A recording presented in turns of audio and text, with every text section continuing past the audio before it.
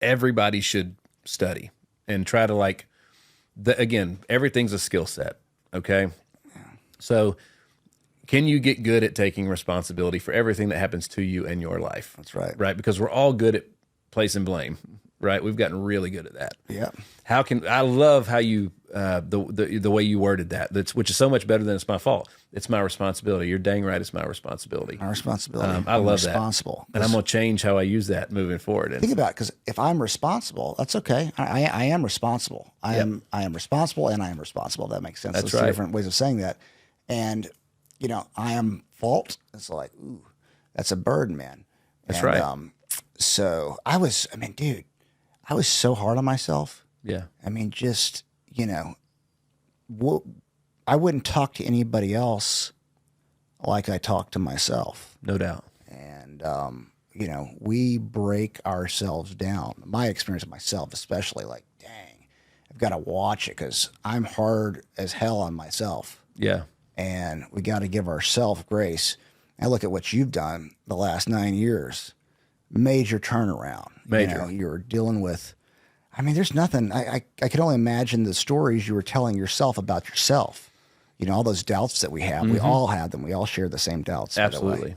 And you pulled yourself out of that, and you built a great company, and you are responsible for everything in your life, and that's why you're successful. 100%. So, 100%. That is again, that is something that you have to master and get good at. And that's when it's the hardest to do it, is when those bad things happen to you. Absolutely. And but again, being an athlete, especially an elite one that played at the highest levels, that's the difference between the guys that change the game versus that play the game. Is their ability, confidence is a skill, and they have a knack for that self-talk, right? So that the negative stuff is a driver versus a handicap, and that is so. And I always heard this. Check this out. Tell me what you think about this. So I heard one time that the voice in your head is always your dad's voice. I've never thought about this. Right. So mine is 100%. Wow, I got to think about that. Yeah, that's incredible. I love it. Let me chew on that. So I look at who impacted me the most in my family.